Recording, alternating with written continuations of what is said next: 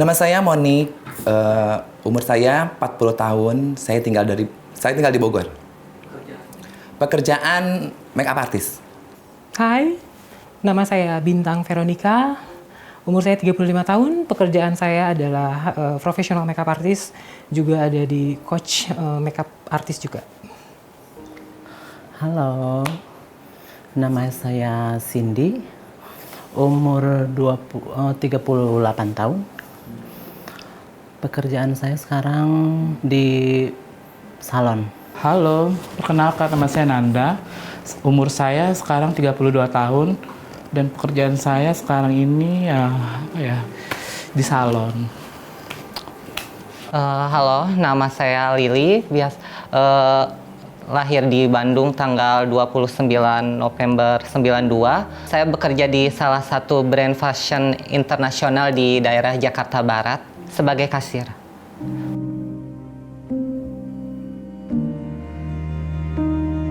Kalau untuk penampilan, untuk dandan berubah seperti ini sih dari tahun 2002. Saya menjadi transgender itu dari tahun 2013. Sebenarnya jiwa saya sudah dari lama, sejak lama seperti ini. Cuman untuk show up, saya dari 2013. Dari awal tahun 2003 ya. Penampilan seperti sekarang sejak saya lulus sekolah SMA baru saya berani menunjukkan saya pakai baju perempuan. Untuk saya memutuskan bertransisi, pertama saya ke Jakarta sih, tepatnya di tahun 2000, iya di 2000, saya udah mulai transisinya.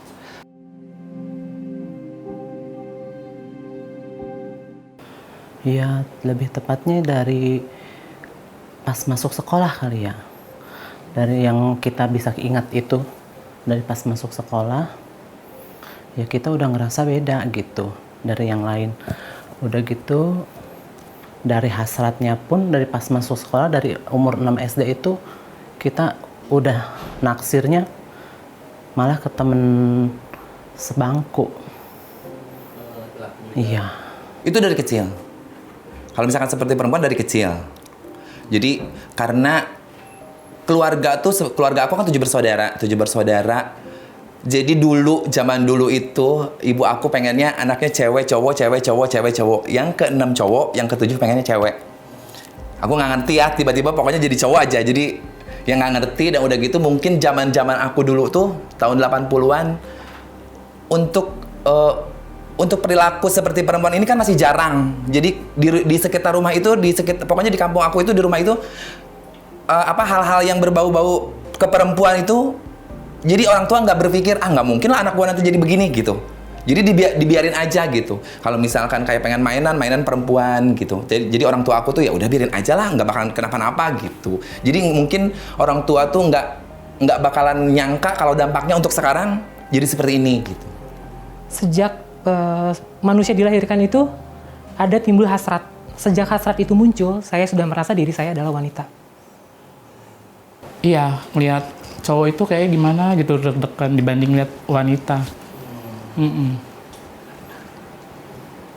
Untuk mengalami rasa perbedaan di dalam diri sih emang dari saya usia 12 tahun udah ngerasain saya terperangkap di salah satu yang berbeda kayak gitu sih. Yang harusnya anak laki-laki suka bola, saya malah tidak suka bola kayak gitu. Jadi saya malah ikut ke ekstrakurikuler yang lain gitu, yang notabene-nya banyak perempuannya kayak gitu. Latar belakang saya kan ibaratnya kayak yang broken home kayak gitu. Jadi emang dari kecil tuh kayak udah nggak ada larangan yang signifikan. Biasanya kan harus laki-laki tuh seperti ini, tapi saya kan tidak kayak gitu maksudnya.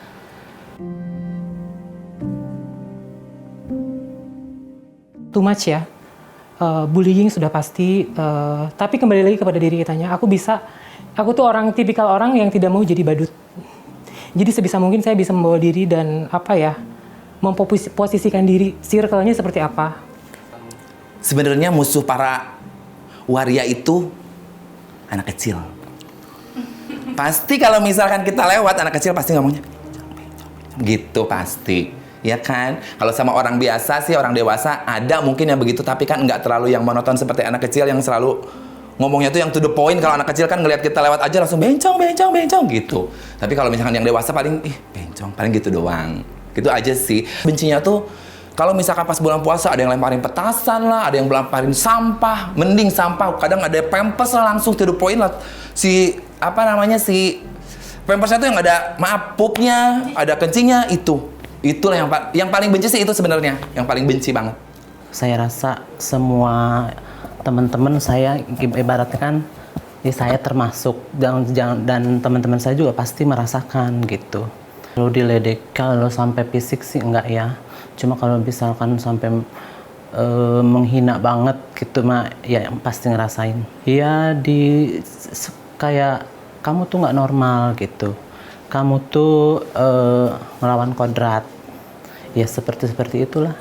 Ya kita cuma bisa nangis. Oh banyak. Iya dibully tetangga yang inilah itulah anulah. Terus juga dibully sama tamu juga.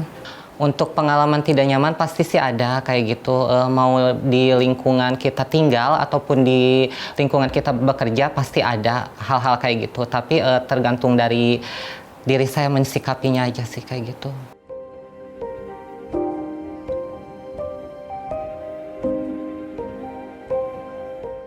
Ya biar nggak kebatin. Aku selama sekolah tuh kayak gimana ya, kalau ngaca di depan cermin tuh, ini bukan aku loh. Aku nggak mau seperti ini, aku pengennya, ya udah aku pengennya dandan gitu aja. Ya tapi untuk semua itu kan butuh proses kan. Ngomong ke keluarga pun kudu pelan-pelan ngejelasinnya, nggak bisa langsung aku ini loh, aku suka sama jenis, kan nggak mungkin gitu. Kita kasih pengertian dulu sama keluarga, ini, baru mereka mengerti. Nggak semua waria identik dengan dunia malam gitu-gitu awal mula. Faktor utamanya adalah satu, saya merasa jadi diri saya sendiri, terus nyaman pastinya, terus secara garis besarnya saya merasa saya wanita gitu. Cuman terperangkap dalam raga yang salah. Seperti itu. Lingkungan kali ya. Lingkungan karena saya satu memang udah ada bakat dari kecil. Kedua masuk ke dunia salon. Nah, sementara di salon itu memang penampilannya udah seperti saya sekarang gini gitu. Jadi yang tadinya ibaratnya baru netes, ya udah jadi gitu. Semakin jadi. Jadi salah satu yang memutuskan saya untuk berpenampilan seperti ini karena emang saya lebih cenderung dari kehidupan saya ibaratnya lebih suka ke pria kayak gitu. Jadi ya saya putuskan untuk seperti ini kayak gitu.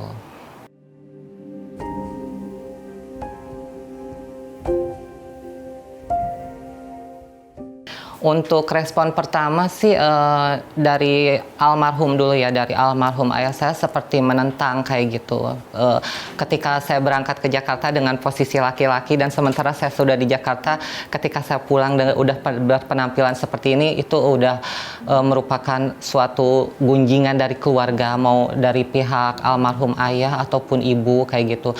Tapi lambat laun dengan saya menjelaskan dengan ibaratnya saya seperti ini karena bukan kemauan juga, kayak ibarat hati nurani saya sulit untuk menolak segala sesuatunya, dan saya pastikan make sure ke keluarga saya bakal saya ada di posisi ini tapi dalam kondisi yang baik-baik aja, dalam catatan tidak mempermalukan nama keluarga kayak gitu. Satu hal sih yang selalu keingat sampai sekarang kayak gitu, dia cuman bilang sorry deh bapak, mungkin jadi orang tua gagal yang nggak bisa ngedidik kamu kayak gitu sih, cuman itu aja. Pertama kaget, apalagi pas pertama kali aku di silikon ini ya. Pas pertama kaget. Aku kan walaupun dulu belum ada teteknya, jadi kalau misalkan mandi tetap aja pakai anduk ditutup kan. Terus tiba-tiba setahun lebih yang lalu tuh aku baru mulai disuntik. Mak aku kaget pas ngeliat aku tiba-tiba pas keluar dari kamar mandi. Sini duduk katanya gitu. Kenapa? Buka. Terus dibuka. Nanaonan, orang Sunda pakai itu nanaonan sia teh. Karena proses saya menjadi transgender itu tidak secara langsung, tapi step by step. saya menunjukkan dulu prestasi saya sebelum privasi saya. Saya show up dulu prestasi saya ke hadapan keluarga, baru setelah itu saya show up tentang diri saya pribadi, menjadi diri saya sendiri. Dari situ orang tua saya mulai mengenali saya siapa sebenarnya. Seperti itu. Dan akhirnya menerima. Kaget. Yang lebih ini tuh orang tua perempuan, alias mama ya, ibu. Dia yang nggak bisa menerima sampai ibaratnya memang ibu saya sifatnya agak keras, lebih ibaratnya kalau bapak dia memang pendiam, tapi dia lebih ngerti. Pas saya udah memutuskan jadi begini, dia lebih memahami gitu kan. Memang anakmu seperti itu kata. Ya pasti ya awalnya nggak nerima ya, namanya orang tua kan. Pasti ada pertentangan lah. Lu ngapain sih begini. Tapi dengan seiring berjalannya waktu, dengan kita menunjukkan kita bisa ngasih orang tua uang walaupun dengan hasil yang ya katakanlah beginilah ya tanda kutip gitu. Tapi dengan cara itu ya orang tua kita tetap aja mau gimana pun ya kita darah daging dia.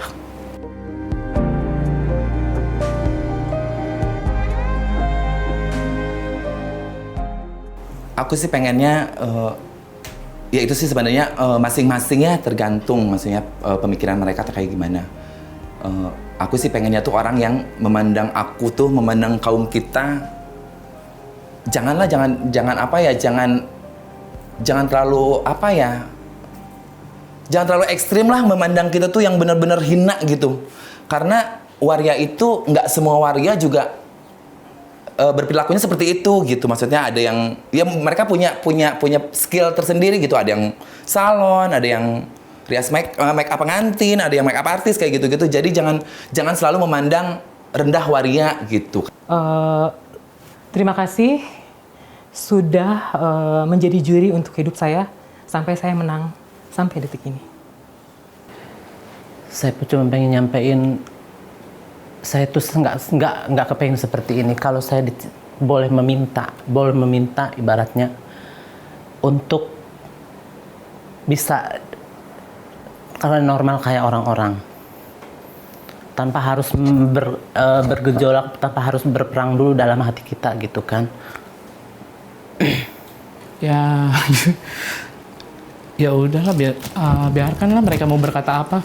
Kita kan nggak bisa menutup mulut mereka masing-masing. Ya udah kita tutup kuping aja sendiri biar kita nggak peduli lah. Kalau buat saya sih sekarang mah udah jalanin aja yang saya ingin, prosesnya udah ikutin aja sesuai alur cerita kita di sini aja gitu aja sih. Ini hidup udah pilihan saya seperti ini, maksudnya maupun resiko baik buruknya udah saya persiapkan kayak gitu. Maksudnya udah menjadi risiko diri saya sendiri sih kayak gitu.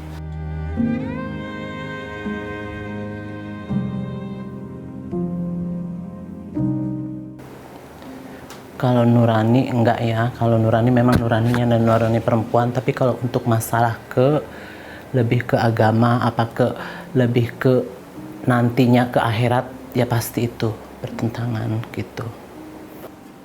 Untuk saat ini sih aku alhamdulillahnya masih enjoy ya. Jadi banyak sih yang suka ngomong kayak kapan nikah, kapan jadi lelaki, kenaon maksudnya kenapa harus ngomong-ngomong kayak gitu. Sampai sekarang sih orang tua masih gitu, ibu masih selalu ngomong gitu, kapan nikah gitu, kapan. Karena jati diri aku tuh kayaknya nggak ada untuk pemikiran untuk menikah, masih enjoy dengan diri aku sendiri sekarang aja gitu. Jadi jadi sekarang kalau untuk sekarang sih udah nggak mikirin macam-macam deh, udah nggak mikirin orang mau ngomong apa, yang penting diri aku sendirinya aja udah nyaman aja, masih nyaman, alhamdulillah masih nyaman gitu. Dibilang bertentangan, ya bertentangan. Tapi sejauh ini, terlepas dari cibiran orang, cibiran dari lingkungan terdekat keluarga, itu saya merasa nyaman dengan saya seperti ini. Dan saya tidak akan pernah mau menjadi orang lain hanya karena untuk didekati orang lain. Ya inilah saya, orang akan mendekati saya karena mereka interest dengan saya. Interest dengan karya saya, seperti itu. Ya itu, waktu awal-awal sekolah, awal-awal lulus sekolah itu, masa transisinya kan cukup panjang juga dong. Dari kita berpenampilan pria, Dan di sekolah pun kan nggak bisa kita dandan kayak perempuan kan, udah ada aturannya. Jadi ya saya berani tunjukkannya, berekspresi seperti ini, ya setelah lulus sekolah baru saya tunjukin gitu. Pertama-tamanya sih galau, cuman saya lebih memikirkan untuk memerdekakan diri aja sih, maksudnya kayak gitu. Saya lebih suka untuk memerdekakan diri, jadi saya nggak terlalu banyak mendengar, maksudnya saya selalu mendengar omongan kiri, kanan kayak gitu, tapi saya bisa memfilternya dan saya bisa meletakkan letak nyamannya itu saya di diri saya tuh sebagai laki-laki kah atau sebagai trans. Makanya setelah saya yakin kalau saya nyaman di diri saya sebagai trans, tahu konsekuensi yang harus seperti apa, ya inilah jalan yang saya pilih kayak gitu.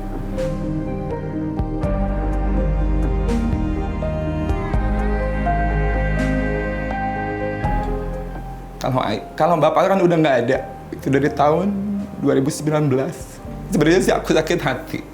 Sakit hatinya jadi sebelumnya tuh aku di Bali nih seminggu karena ada kerjaan. Terus bapak aku sakit. Alhamdulillah aku bisa pulang dulu ngerawat bapak aku dulu. Nah aku sakit hatinya pas habis seminggu aku harus balik lagi ke Bali jam 12 malam.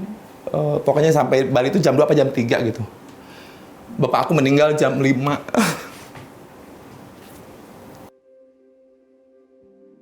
Jadi aku nyeselnya itu. Makanya untuk sekarang aku seperti ini cuma buat untuk emak aku doang, buat ibu aku doang. Aku mau minta maaf sama emak aku. Belum bisa bahagiain emak aku.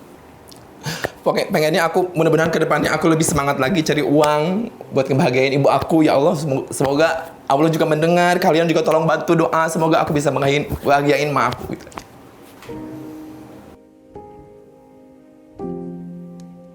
Terima kasih sudah melahirkan saya ke dunia ini, sampai saya menjadi mungkin seseorang yang tidak berguna di mata orang yang tidak menyukai saya, tapi berguna untuk orang banyak yang mencintai saya dan menitipkan perut, bahkan menitipkan dirinya, hidupnya dari saya, pada saya maksudnya, seperti itu. Untuk kedua orang tua saya, terutama ibu ya. Ibu yang sudah melahirkan, membesarkannya dari lubuk hati yang paling dalam. Saya memohon maaf. Jujur, dalam dunia ini yang saya cintai, yang pertama saya cintai, yang pertama saya sangi adalah kedua orang tua saya, yaitu paling utama ibu.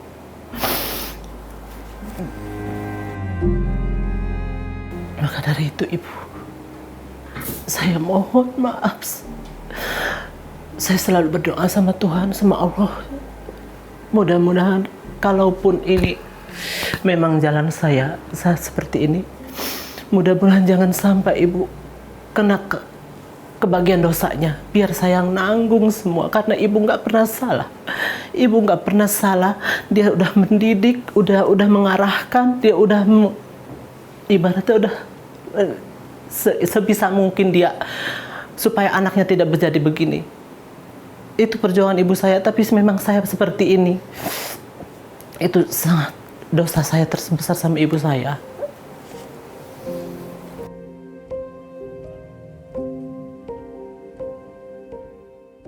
Maafin aku ya Pak. Udah Mbak, jangan diinget-inget Mbak. Aku jadi sedih, ditinggal bapak kan aku emang butuh kasih sayang juga sih dari seorang sosok apa sih, bapak lah, figur pengganti bapak itu, tapi belum ada detik ini pun. Pokoknya dia baik sih emang, walaupun pernah sih perlakuannya agak gimana, tapi ya udah mau gimana, paling cuman udah lu sana main sama cewek pakai baju mak lu gitu, pakai lipstik mak lu begitu paling. Aku minta maaf Pak kalau emang nggak sesuai dengan keinginan papa yang dari dulu pengen aku jadi tentara gitu kan. Dulu kan papa aku tentara, jadi maafin ya Pak kalau aku nggak bisa jalanin itu semua. Aku nyamannya seperti ini. Itu aja sih Bang. Pertama untuk almarhum ayah saya dulu,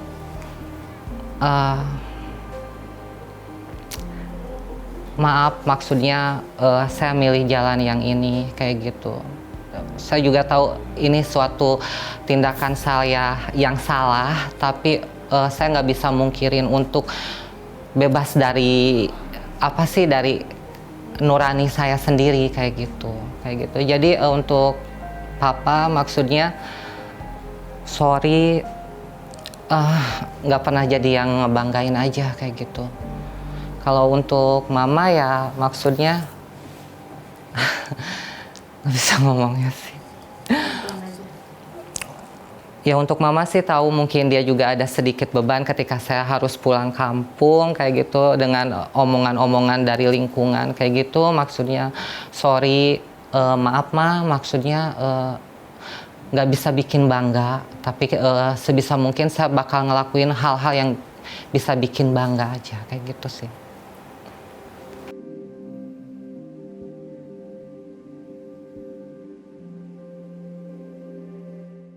Tetap jadi diri saya sendiri. Saya mau jadi diri saya seperti saat ini saja, tapi lebih baik dan berbuat baik untuk orang banyak. Kalau misalnya untuk milih, saya selalu mengingat satu hal sih dalam hidup saya. Kita diciptakan laki-laki dan wanita kayak gitu. Jadi dalam satu sisi mungkin entah kapan itu waktunya saya pasti balik lagi ke kodrat yang seharusnya.